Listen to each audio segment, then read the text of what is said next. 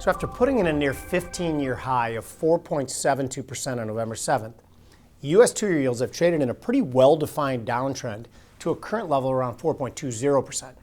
Now this comes after many key inflation indicators like the CPI, the PCE, and most recently the Employment Cost Index have confirmed a lower trajectory over the last 3 months. The outlier in the economic data that remains is the labor market, with an unemployment rate that's been moving lower and now is at 3.5%, which is near the lowest since 1970.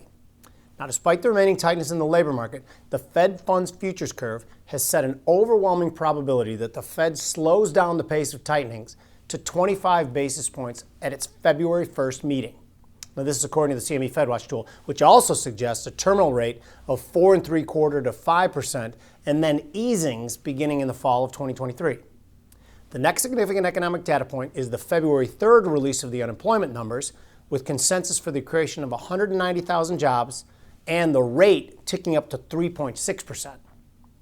If a trader believes that the two-year Treasury yields could rise from here, perhaps because of an aggressive Fed surprise at the February 1st meeting, they could express that by buying the February micro two-year Treasury yield futures contract at 4.13 and target a move to the late November highs of 4.57. A stop for this trade could be placed below at 3.80. Now this trade could make $440 if your target is reached and risks $330 if you're stopped out of your level.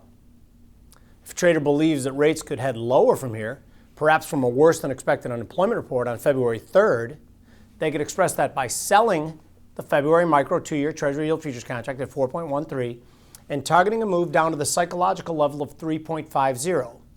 A stop for this trade could be placed above at 4.60. Now this trade could make $630 if your target is reached and risks $470 if you're stopped out of your level.